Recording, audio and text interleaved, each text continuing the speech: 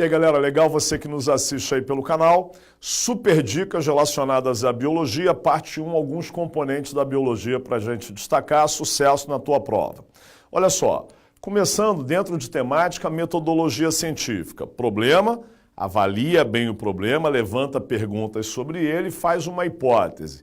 Testa essa hipótese, através do experimento, grupo teste, grupo controle. Compara, deu certo? Teoria. O experimento não comprovou a hipótese, repensa, se necessário, muda, constrói uma nova hipótese. Legal? Continuando, sistemática e taxonomia. Sistemática, a classificação dos organismos nos critérios de organização. Reino, a unidade taxonômica mais abrangente, espécie a menos abrangente. Reficofaz, reino, filo, classe, ordem, família, gênero, espécie. Lembrando que na botânica não é filo, é divisão. Legal? Bom, e o pai da taxonomia, Linneu?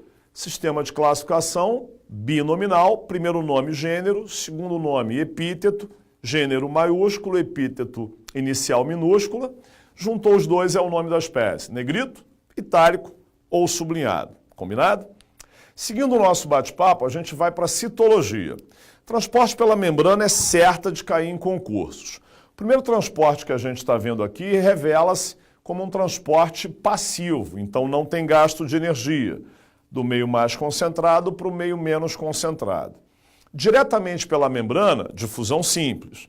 Através de proteínas facilitadoras, permeases, difusão facilitada. Mas às vezes o transporte é contra o gradiente, contra o sistema de concentração, o sentido dessa concentração.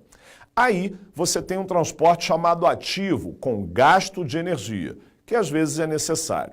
Mas não acabou não, tem mais transporte pela membrana, osmose. Osmose, passagem de água, seja na célula animal, seja na vegetal. A vegetal nunca vai estourar. Mesmo que você esteja no meio hipotônico, com entrada de água, a animal vai pocar e a vegetal não, porque tem uma parede celular, ela vai ficar túrgida. As concentrações isotônicas, entrada e saída de água nas mesmas concentrações e velocidade. Já no meio hipertônico, as células vão murchar, vão perder água para o meio. Casozinho da salada, temperada, vinagre, ela murcha devido a isso. Legal? Continuando, ainda tem o transporte em bloco, não vamos esquecer. Exocitose, para fora da célula. Você vai fazer um transporte de substâncias, exemplo, hormônios. Então você vai mandar as substâncias para o meio extracelular. Ou incorporar. Então você pode ter entrada de substâncias para a célula, ou você vai fazer pinocitose ou fagocitose. Todos os três mecanismos são mecanismos do tipo endocitose. Combinado? Transporte pela membrana basicamente é isso, mas não acabou a super dica não.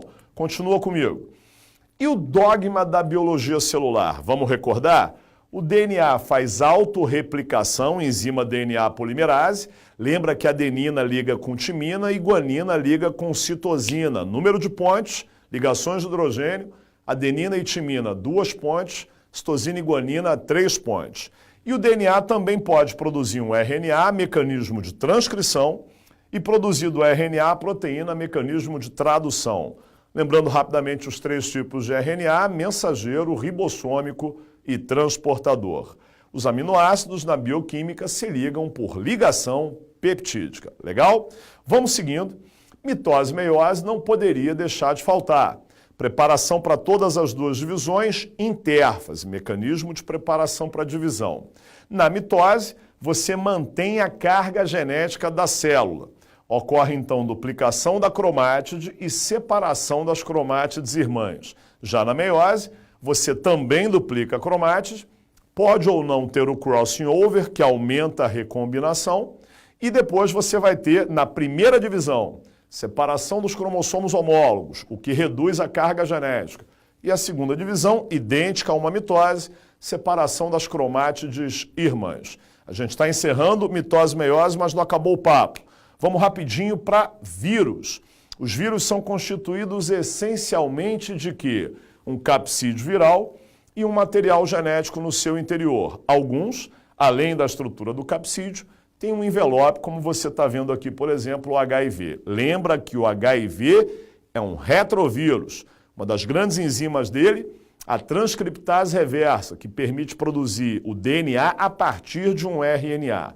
E os mecanismos de infecção viral, rapidinho discutindo comigo, a infecção viral pode se dar por natureza lítica, com produção de novos vírus e ruptura da célula infectada, ou por natureza lisogênica, onde o material genético do vírus se incorpora ao material genético da bactéria e quando a bactéria se divide, replica essa informação.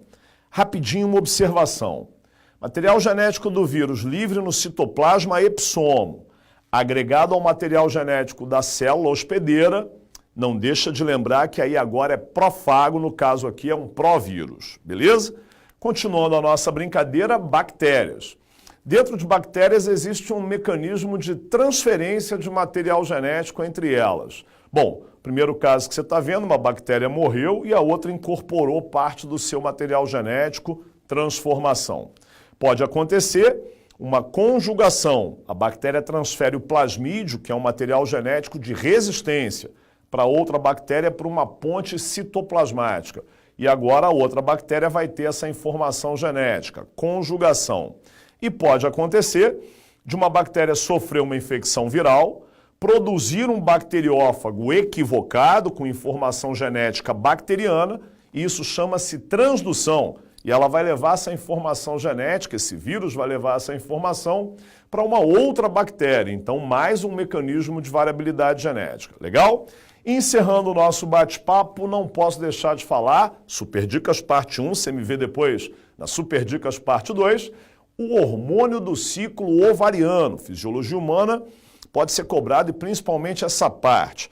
Lembrando que o hormônio FSH hipofisário, adeno-hipofisário, vai estimular o teu ovário a desenvolver o folículo. E aí o ovário vai produzir também o hormônio estrogênio, que no teu endométrio inicia a proliferação, chamada fase proliferativa ou estrogênica.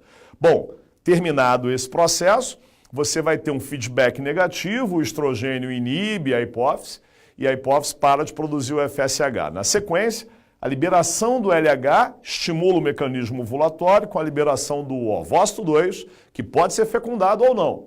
O fato é que esse LH vai estimular essas células foliculares a virar um corpo lúteo e esse corpo lúteo vai passar a produzir agora progesterona.